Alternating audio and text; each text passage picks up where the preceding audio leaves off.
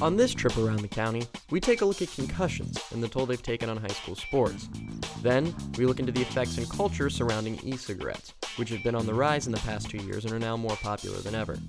We hop over to Fox Prairie Golf Course to look at a new twist on golf becoming popular with locals. And finally, we take a look at Noblesville athletes pushing boundaries in extreme sports. All this and more on this episode of Around the County.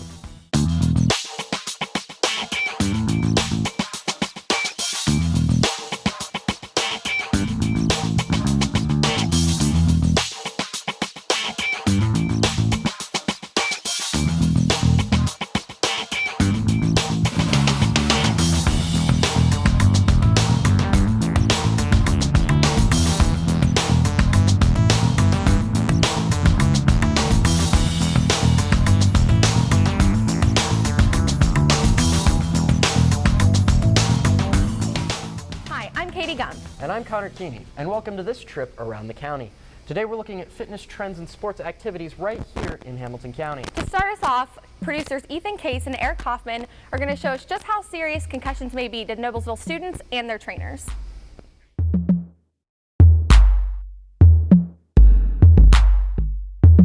This December, the new movie Concussion, starring Will Smith, hit theaters. The movie explains how concussions came to light with the NFL and other contact sports. Since concussions are now seen as a major issue in sports, Noblesville athletic trainer Pete Dewar explained his knowledge of concussions. I think the number has gone up, but that's just because there's a better understanding of it and there's a better recognition of them now. I think the impact is still the same as it's always been, but there's a much better recognition and an acknowledgement of the concussions. We've had, I want to say, about 17 so far this year. I think last year we were in the mid to upper 20s, so nothing outrageous by any means. NHS soccer defender Hannah Potter and football cornerback Brandon Bisdell both have received concussions. They take us through their injury and how long they were out. I received my concussion in the fall of our sectional championship game. It was on a Saturday night, the first Saturday of fall break. Like the day I got the concussion, they did on-the-field tests, so memorizing words, colors, phrases, pupil dilation, whatnot. And then I had to go to a neurologist to do like an impact test, to do other like balance testing. I was out for about 2 weeks. It was a total of 4 weeks, 5 weeks if you include the like a little bit of athletic recovery, which isn't the same of being completely like not being able to do anything. Dewar gave us his opinion to why concussions are now such a relevant topic in contact sports. I think a lot of it goes back to the NFL and what's coming out from the NFL and a lot of those studies that are showing the long-term effects of head injuries. Dewar described his process with athletes who are suspected or diagnosed with a concussion, as Potter and Bisdell took us through their timeline and effects of their concussion, along with their steps to recovery.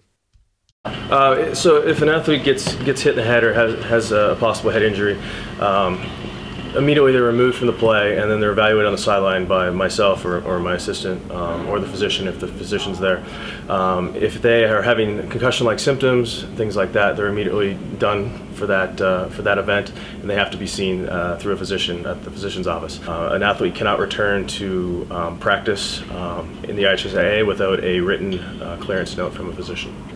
So for me, my steps, I was rushed to the hospital and was there for the majority of the night until I was sent home, and then several days after include only sleeping. I was in my bedroom with no lights on, like all the windows closed. So for 2 weeks I laid on the couch, wasn't allowed to look at my phone, no physical activity whatsoever, and wasn't really allowed to have any visitors or anything like that. I wasn't allowed to go out at all those 2 weeks. I wasn't able to talk to my friends because I didn't have electronics to communicate with them. The only time I could communicate with them was in school because I also wasn't allowed to just go out. Now actually, I get frequent migraines, so I'll just be doing homework or something and then my head will just start hurting because I'm trying to do too much work or something. Since concussions are such a problem, preventing them becomes the real issue. Dewar, Bisdell, and Potter agree that Noblesville is helping prevent concussions by impact testing and bringing this knowledge to parents. every student athlete and their parents are required to watch a video on concussions. They're required to sign off on their understanding of the dangers and the risks that are inherent with playing sports. And those videos and that paperwork explains, what are concussions, how they're caused, what to look for, and things like that. So they're forcing the parents to acknowledge what's going on with them. They're definitely teaching the parents and the coaches a lot more about concussions, how to prevent them. For example, in football, how to tackle properly so you don't hurt your head or neck. Also, they're teaching them signs of if you would have a concussion so that they can take you and evaluate you to make sure it's not as severe as it would get if they didn't evaluate you. One thing our school does, and I think all schools should do it if they don't, is have every athlete take the impact test, which is something that all of our athletes do, because without my impact test, we wouldn't know where my brain was before the concussion. So it was good to have that comparison after my concussion and see where my brain was so I could be cleared. Concussions can cause long-term effects such as dementia and Alzheimer's. It's important that schools are able to keep their athletes safe and make sure they get what they need in order to recover from their concussions. Hopefully, the new movie Concussion will bring this problem to a halt.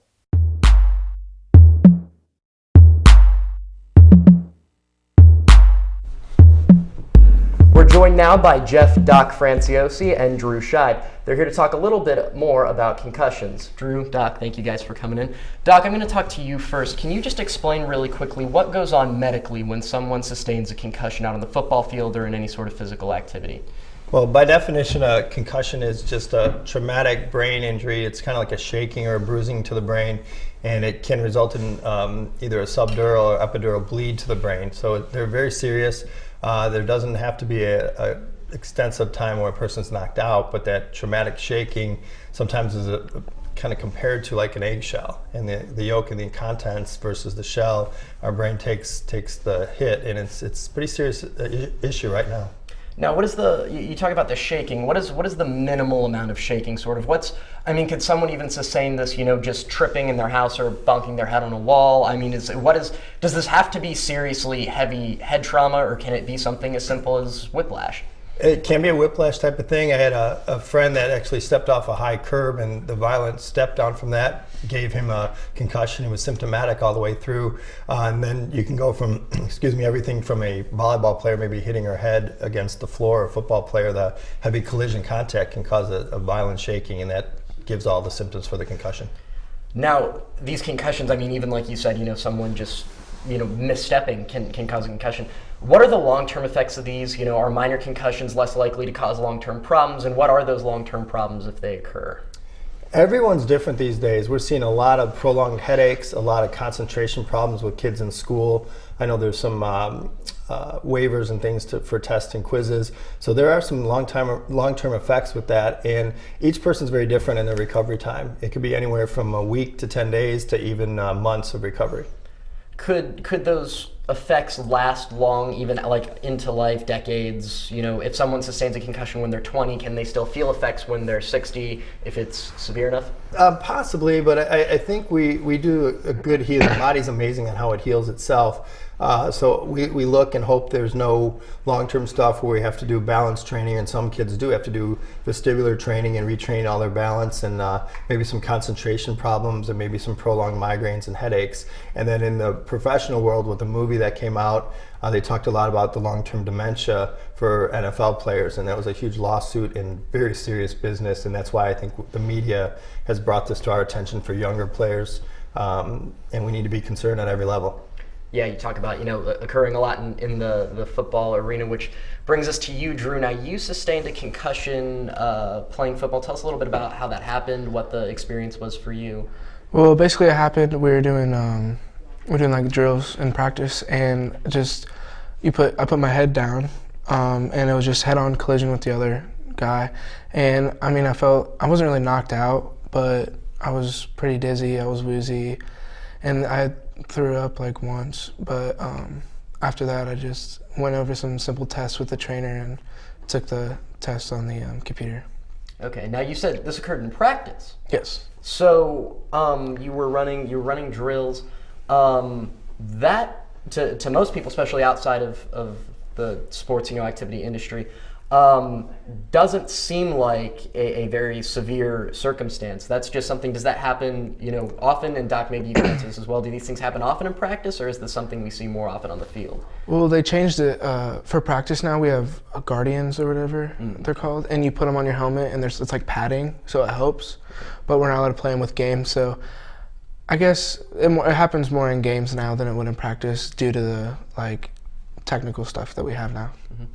Now, Doc, is this something like Drew's experience with practice? Is this something that coaches and parents need to be paying attention to in practice and in games more, especially when it seems as though the stakes or the condition doesn't necessarily lend itself to serious head trauma? There's a ton of good stuff going on, and the guardians are there. Helmets are not bulletproof. I think that makes the player feel bulletproof because of the high-tech stuff in the helmets, but we're doing training with coaches and the youth coaches especially all the way up to the high school. You have to be concussion certified. We're doing pre-test on the computer. We're doing everything we can with impact testing and different things, and there's certified concussion doctors now that you probably had to do a follow-up with before you get released. And so we're moving in the right direction, but I don't think we're going to prevent them all, and prevention is the key on some of it, being smarter in practice and less contact maybe. That's hard to tell a football coach, but the helmet can be a weapon, and people feel invincible when they're wearing it.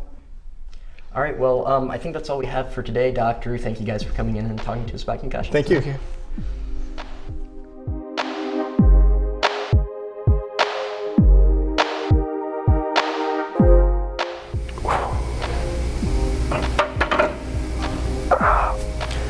If you're looking for a new activity to try in Hamilton County, pay close attention to this next feature.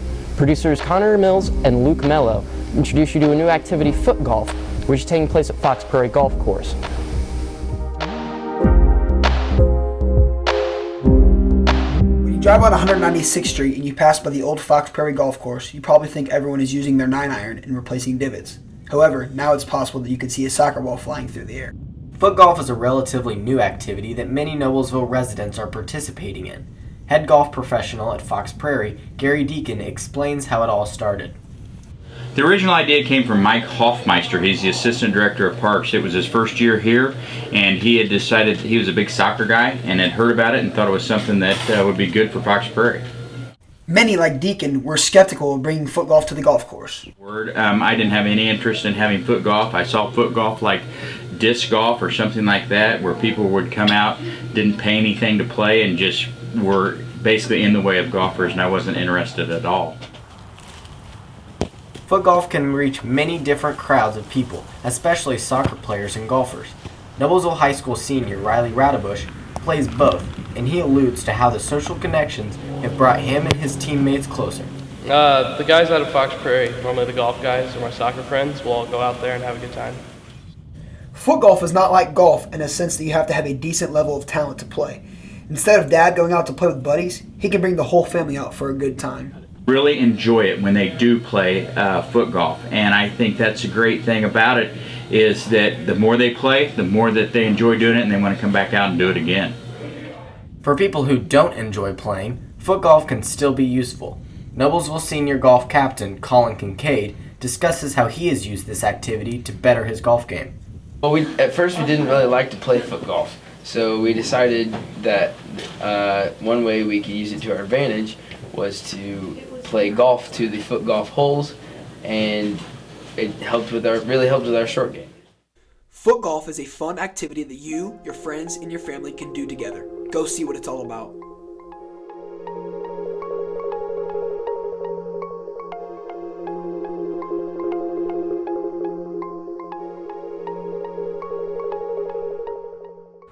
Producer Connor Keeney investigates the new trend of electronic cigarettes and if they really are, as companies say, healthier than regular cigarettes. Into more of like a hobby, like you like build the coils inside it rather than you just like swap it out, and you know, like the size of the cloud has become like a thing and so on. It's pretty much like it started out as people quitting smoking to be able to get their nicotine in like a different form, but it's kind of turned into something that's, like I said, it's like a hobby. It's kind of like a culture, the vaping culture. In 1963, an inventor by the name of Herbert A. Gilbert created what was then called a smokeless, non-tobacco cigarette. Flash forward to 2004, and the first modern e-cigarette hits the market in China. Since then, e-cigs have become popularized all across the world, especially amongst the younger population. Meet Andy, an NHS student who's been vaping for several years now. Andy says that, over the past few years, vaping has become less of a habit and more of a hobby. The first time I vaped was I used to live in Tennessee. It was my freshman year. It was, it's kind of like, like when the boom happened, it was like really popular, and they started to like become more popular. My friend Jorian got one, and it was like, none of us had ever seen it. Like, we had no idea what it was. Like, no one had ever heard of it.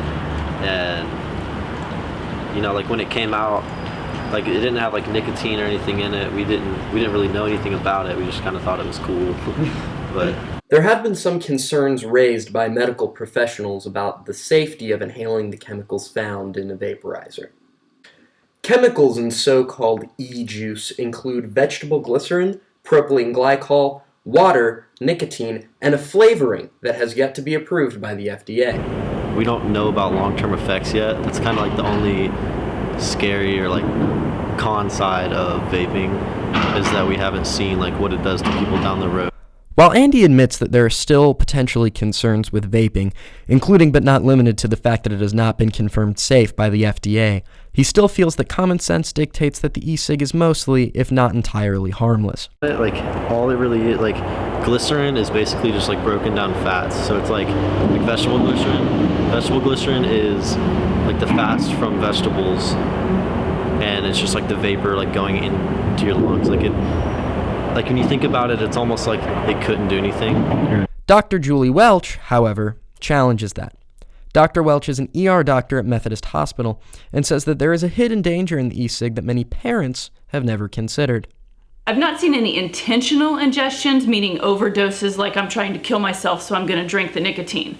But what we have seen are children who accidentally get into it, so mom is changing it or leaves it out, and a 2-year-old toddles over there. They are flavored liquids, right? So that makes them very attractive to children. Oh, it's a little flavored liquid. So we've seen kids ingest them because of that. Children's toxic effects are more than adults because their body size is smaller. Makes sense, but so their toxic levels, we don't know how much really makes them toxic. You can read what the literature thinks it is, but what we think is just a few drops of a vial can cause toxicity in a child. So terribly toxic. And while the juice is absolutely toxic to ingest, Dr. Welch also challenges the idea that it is totally safe to inhale. I mean, that's a good question. This would be good to ask a toxicologist, and I can give you numbers. Glycerin and vegetable, you said a vegetable oil-ish vegetable type? Glycerin. It's like, so it's an oily type substance. It's basically fats from vegetables. Fats. It's not good for your lungs. Okay. No, they're not good for your lungs. Okay. No. So where is all this potentially harmful product coming from? Many vape shops have opened up across the country in the past couple of years. What do they think about their product safety? We may never know. The stores we reached out to refused to comment.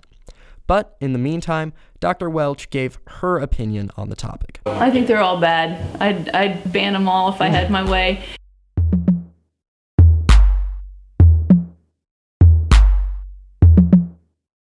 Most high schoolers participate in some sort of organized sport, but for some, high school doesn't provide that adrenaline-filled activity that they're looking for.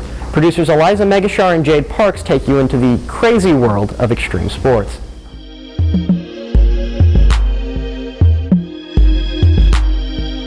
Extreme sports, also called action sports and adventurous sports, is a popular new trend for certain activities perceived as having a high level of inherent danger. Some of these sports include parachuting, skydiving, or river rafting. There are many different views on these sports. Some of these opinions include that they are a danger to yourself or that they are a fun and exhilarating hobby. But no matter how much criticism someone gets about their sports and how it affects them, they won't be changing their opinions on it or stop doing them. Logan Bales, a sophomore at NHS, is an extreme boxer and couldn't love what she does more. Boxing is a very difficult sport. It's very complex with all of the punches and motions that you have to learn. I've been boxing for almost 3 years now. But I've spent different amount of times at different levels. Boxing is important to me because it really lets me be who I am.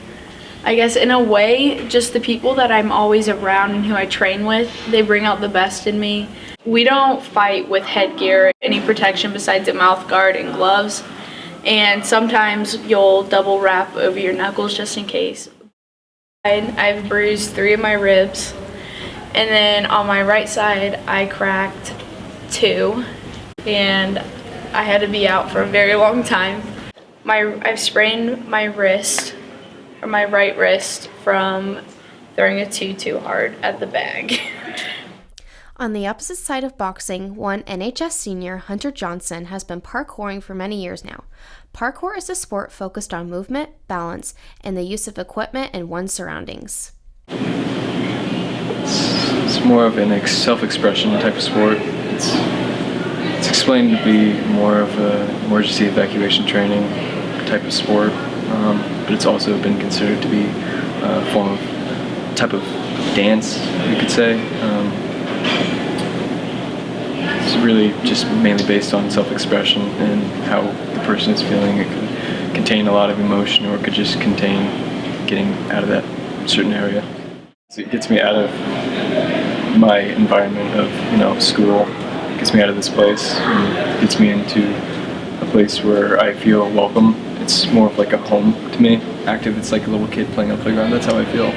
I don't think a little kid should be scared of a playground. It's the feeling of flying, I guess. You're in the air and you can't touch anything, so you're just floating, you're suspended. And I think that's the main part that I like. It's the I can't really explain it. You just paused in the air like nothing else matters. Well, I broke both my wrists, so this one's healing now. I broke my right one first. Reese Wilson, a NHS sophomore, has been BMXing for a long time. BMX is a cycle sport involving bikes and motorcycles. It's pretty similar to like regular motocross, except it's, everything's a little smaller because a dirt bike, has a motor and stuff like that. You just gotta propel yourself with your own leg power. BMX is important to me just because you're able to connect with a lot of people, and it's always friendly competition. It's never super intense and everybody's trying to go after each other.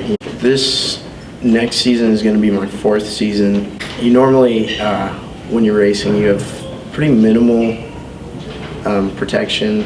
You can get elbow pads and shin guards and a really beefy helmet, but overall it's still pretty dangerous. My favorite part is probably definitely just the competition, because it's really everything's done on your own power. It's you don't have a motor or anything like that. It's not about the kind of bike you have per se, but it's a pretty pure form of competition. I was in first place, and we were coming around the last turn, and there was this one last tabletop, and it was pretty short. I jumped it. When I went up, I guess I kind of hit it too hard. I started going forward and forward and forward, and then I just hit my face, and it was pretty bad. It was just my pride. I didn't get hurt or anything, but. Even though extreme athletes master their sport, they are still told that they should give up and that is a danger to themselves. But one thing that follows all of these is determination and persistence.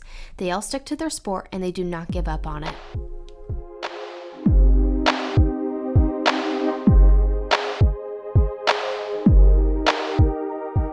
That's all we have for you today. We'll see you on our next trip around the county.